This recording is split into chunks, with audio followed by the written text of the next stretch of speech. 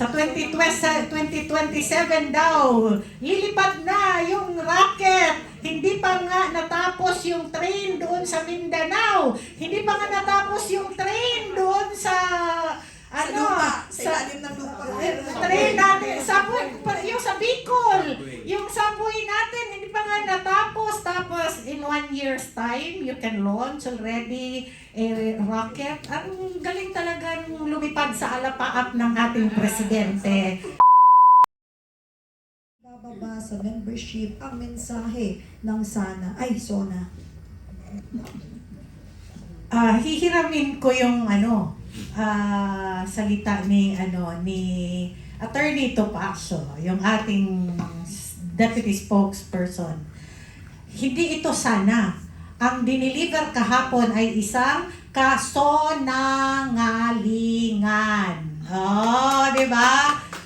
Kasonangalingan. Ang dami kong nilistang kasonangalingan dito. Oh, number 1, sinabi niya na available at ready yung 20 pesos na bigas. Uy, bumalik na naman tayo sa 20 pesos na bigas. Uy, BBM, di kaya yata pumunta sa mga kadiwa mo, walang mga available na 20 pesos na bigas. At kung magko-compute ka in the remaining 2 years na magbibigay ka ng 20 pesos na bigas, kung ano yung nito, equivalency nito in Philippine peso. So, isa na tong kasonangalingan, wala pong 20 pesos. Kung meron man, may bukbok na 20 pesos. Ayan! Pangalawa, sabi niya, muntik ng mabulsa na pera. Napigilan daw yung muntik ng mabulsa na pera. Uy, hindi kasi ninyo binulsa yung pera. Maleta nyo at ipapasakay nyo na sa racket. Doon kayo magtatayo sa space, kasi hindi nila madala sa ibang bansa yung pera ngayon Kaya doon na lang, ira-racket na lang. Nakakatawa ka naman. Ang dami nang nawalang pera tapos sasabihin mong muntik lang, muntik-muntikan. O, di ba? Grabe yung sinungaling. Ano ba tong number 3 ko dito? Yung systems loss daw.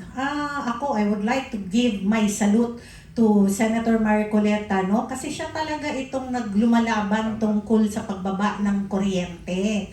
Ngayon, inagaw ni BBM.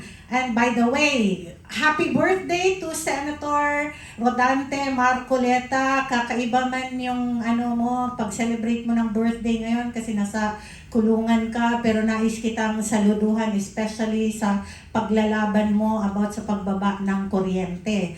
Pero nakakatawa kasi generic masyado yung kanyang sinabi na tatanggalin na natin yung systems loss, yung EVAT. Tapos, nakita niyo ba yung interview ni DOE Secretary Garin? Sobrang hirap-hirap siya mag-explain kung paano niya i-explain paano gagawin yung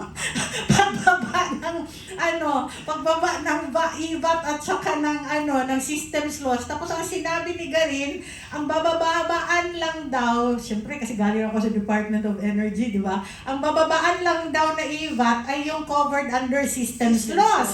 So, di ba, kung hindi ba naman ito kasunangalingan na you are over-promising something which is not doable para sa mga mo. At syempre, paano kayo maglalabi itong mga kuryente, Sigurado ako yung mga oligarchs, kaya palakpakan yung mga congressman doon kasi baka may lobby money. Baka lang hindi ko kayo hinuhusgahan kaagad para hindi matupad yung kasi di ba anong sabi ni Lian Liviste, kailangan babaan nyo yon ng 10%. So is that doable? Is that doable siya? Pero kaya nyo bang banggain yung mga oligarkiya na siyang nagkokontrol sa ating langis at sa ating kuryente at sa ating tubig? Grabe na tong nito, Pang-apat na kasunangalingan. Sa 2027 daw, lilipad na yung rocket. Hindi pa nga natapos yung train doon sa Mindanao. Hindi pa nga natapos yung train doon sa sa ilalim ng lupa. train natin, yung sa Bicol, yung subway natin, hindi pa nga natapos. Tapos, in 1 year's time, you can launch already a rocket. Ang galing talagang lumipad sa alapaap ng ating presidente. Nasa alapaap! Ang lakas ng asarin mo. Ano ba yung kaso ng ngalingan? Kasi ito, itatanong ko to sa ating mga, sa ating mga abogado din mamaya. Kasi, sabi niya doon, nag-address siya, di ba? One of the things that you should do first before calling the joint session in order, I ensure that there is a quorum. Oo, walang quorum yung Senado kahapon. Binoykot siya ng majority of the senators kasi 13 yung wala. Ibawas na natin yung tatlong nasa kulungan at nasa bundok. Oo, di ba? So 10 pa yung wala. So 11 lang yung pumunta. It can only be called a joint session if both houses are in quorum. So kahapon, ang may quorum lamang ay ang Kongreso. So walang quorum ang kaya yung dalawang abogado dapat can it be called a joint session? And can the SONA delivered by the President be accepted in the records of the Senate considering na hindi naman nag-constitute ang Senate during the joint session? What was only constituted was the House of Representatives. So, session iyon ng House of Representatives, hindi yun joint session, para klaro tayo. At pang-anim na kaso ng ngalingan, kasi nga hirap na hirap silang mag-explain kung anong gagawin. Kasi in the past, kay Tatay Digong, except for 1 year lang of the whole 6 years niya, nagta-turn over siya on the day of the SONA ng National Expenditure Program. Parang hindi ko napansin. Walang net na tinurn over kahapon. So, ibig sabihin, hindi handa ang administrasyon. Nagyayabang ka ng racket. Yung net nga, hindi mo na turn over kahapon. Anong klaseng administrasyon ito? 2 taon na lang yung, pamumuno mo, pero hindi ka nakapag-turn over at naging transparent ngayon, what is going to be your 2026 budget? Diba? Kasi dapat na mabusisi na natin ngayon pa lamang.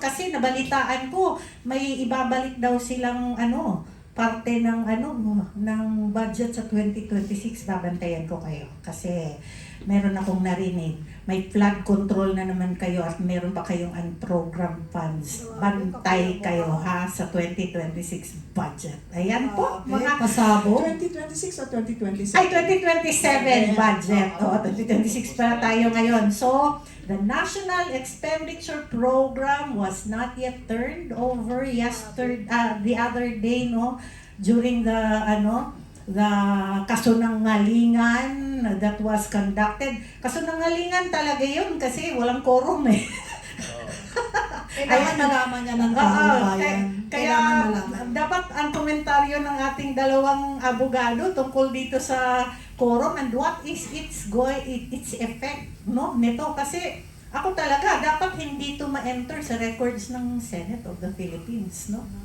And sorry ka na lang, Gatchalian, kawawa ka naman, di ba? Yung leadership mo, di ba, is now in question kasi hindi mo kinaya na magparasipot ng majority during the SONA. So, yun, di ba? Nakakatawa itong This is the first time na, in my lifetime. Meron ba ang record Ilang years na, ka na sa Senate? di ba, meron bang record ever since na nagsusona ang Pangulo that one House of Congress has no quorum?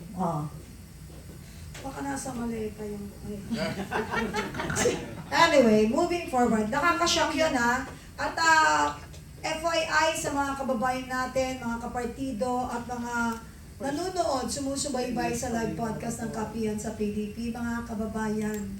Ito ay isang pasabog na dapat ninyong malaman.